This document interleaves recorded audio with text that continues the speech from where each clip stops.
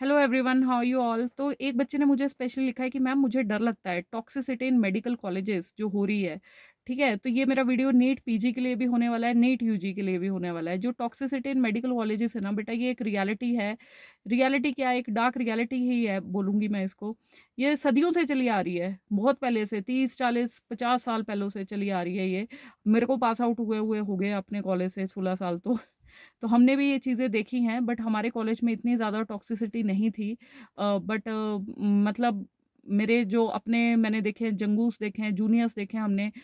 जो हमारे टाइम में सीनियर बॉयज़ थे, उन्होंने टॉक्सिसिटी सही हुई है, रैगिंग के नाम पे टॉक्सिसिटी सही हुई है और सीनियॉरिटी के नाम पे टॉक्सिसिटी सही हुई है। और जो मेडिकल कॉलेजेस हैं, स्पेसिफिकली जो एमबीबीएस वाले हैं, वो बहुत ज़्यादा टॉक्सिक एनवायरनमेंट में काम करते हैं। एंड बहुत ज़्यादा टॉक्सिसिटी है, कई जगह प्रोफेसर्स बहुत ज़्यादा तंग करते हैं।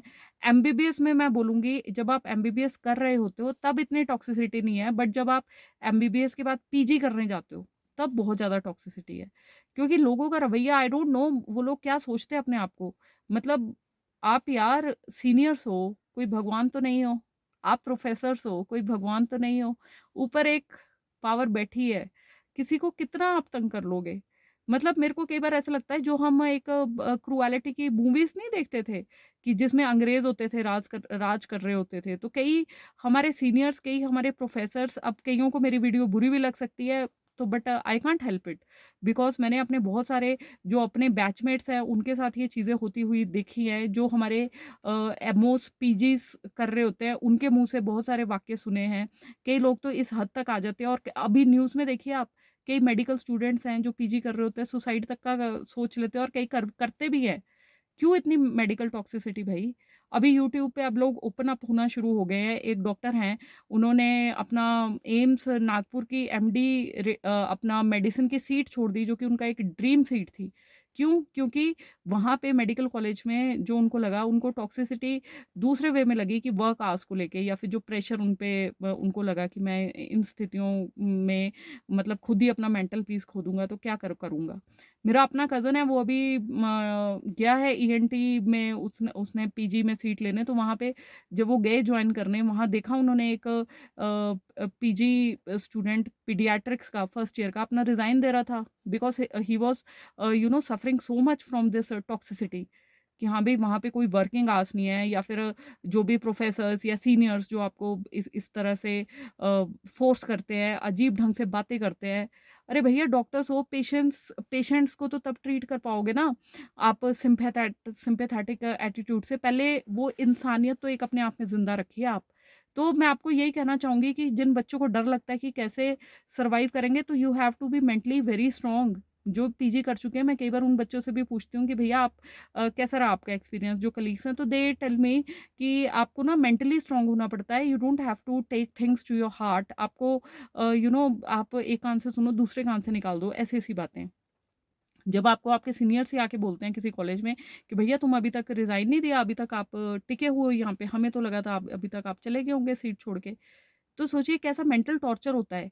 एक तो इतने टाइम के बाद बंदा अपना एमबीबीएस पहले क्रैक करता है, उसके बाद आप कई बच्चे ड्रॉप तक लेके अपना फाइट करते हैं, नीट पीजी का कंपटीशन, उसके बाद वो सीट क्रैक करके पीजी करने जाते हैं, और वहाँ पे उनको इस हद तक उनको हरास किया जाता है। हमने अपने साथ के जो एमओस हैं, जो नौकरी में करते हुए अपना पीजी की सीट लेने जाते हैं, उनको मैंने ये कहते हुए सुना है कि उनको वहाँ पे प्रोफ़ेसर्स बार-बार, वो लोग प्रोजेक्ट्स अपने बना के जाते हैं, असाइनमेंट्स बना के जाते हैं, उनको रिजेक्ट कर दिया जाता है। 6-6 7-7 असाइनमेंट्स जब तक उनकी रिजेक्ट नहीं की जाती हैं, और उनको साथ में ऐसे टेरिफाइंग डेरोगेटरी रिमार्क्स दिए जाते हैं कि you are good for nothing. What is all this? कहाँ से पढ़ेगा बच्चा, जब आप उसको इतना डिप्रेशन में पुल करते हो। अभी मेरे अपने कलीग हैं, मेरी बात हो रही थी किसी से, तो उनको इतना पुश किया गया कि वो मेडिकल कॉलेज में वहाँ पे जाते हैं साइकेट्री में, अपना बताने उनको कि मैं ऐसे पीजी कर रहा हूँ और मुझे डिप्रेशन हो रहा है। तो वहाँ पे उनसे साइकेट्री के हेड बोलते हैं कि भैया तुमने तो डिप्रेशन देखा ही नहीं, यहाँ आके देखो, यहाँ पे 2 नाइटें स्पेंड करो, यहाँ पे पता चलेगा कि जब नाइट ड्यूटीज़ भी होती हैं आपको रात भर। तो क्यों? जब आपको ऑलरेडी पता है कि आप स्टूडेंट्स इन चीज़ों से सफ़र कर रहे हैं, तो क्यों उनको इतना पुश किया जा रहा है? आफ्टर ऑल है तो इंसान ना। एक पेशेंट को तो जो डॉक्टर है वो भी एक इंसान है, वो एक पेशेंट को तभी ठीक कर पाएगा जब वो उसके पास प्रॉपर रेस्ट होगा, अदरवाइज़ तो वो उस पेशेंट का क्या ही इलाज करेगा जब वो खुद ही उस डिप्रेशन से जूझ रहा है। तो ये बहुत सोचने वाली बात है, तो मुझे ऐसा लगता है कि अब थ्रू ये जो हम सोशल मीडिया के थ्रू बहुत सारे बच्चे हैं जो अपनी आवाज़ को उठा रहे हैं, और जिन बच्चों को डर लगता है ऐसे एनवायरनमेंट में आने से, तो आप बेटा आपको ना थोड़ा-सा स्ट्रॉन्ग होके ही आना पड़ेगा इसमें, because survival of the fittest वाली बात है कि यहाँ पे हम सबकी मेंटालिटी चेंज नहीं कर सकते। मैं अगर यहाँ पे बोल रही हूँ, तो कुछ लोग होंगे उन्हीं में से जो लोग मेरी वीडियो देख रहे होंगे, प्रोफ़ेसर्स होंगे, वो शायद ये वेट कर रहे होंगे, इसको आने दो पीजी करने, हम बताते हैं। तो तो मेरे को ऐसा लगता है कि ऐसी बातें सुन के मेरा मन ही नहीं करता पीजी करने का। क्यों करूँ मैं भई पीजी? मैं गुड हूँ जैसी भी हूँ। मैं आऊँगी पीजी करने 60 साल के बाद अपना ड्रीम पूरा करने आऊँगी, तब आप रोक के दिखा देना मुझे। आप कितनों को रोक सकते हो, है ना? आप भगवान नहीं हो, भगवान बैठे हैं ऊपर। बाकी जो हमारे कर्मों का फल है वो हमें मिलेगा, जो आपके कर्मों का फल है वो आपको मिलेगा। कर्मा किसी को स्पेयर नहीं करता है। एवरीबॉडी मतलब कई बार मैंने देखा है कई लोगों को ना, कोई जानवर होगा उसके लिए वो सिम्पैथी दिखाएँगे कि हाय ये कुत्ता। बट जो ह्यूमन है उसके लिए कोई सिंपैथी नहीं है किसी के माइंड में। बाकी हम दूसरों के बारे में क्या कहें, मतलब मेरे को कबीरदास जी का एक दोहा भी याद आता है कि बुरा जो देखन मैं चला बुरा ना दिखा कोई, बुरा जो देखन मैं चला बुरा ना दिखा कोई, मन जो देखा आपना मुझसे बुरा ना कोई। तो मुझे ये लगता है कि थोड़ा सा हमें इंट्रोस्पेक्ट करना चाहिए, खुद को देखना चाहिए।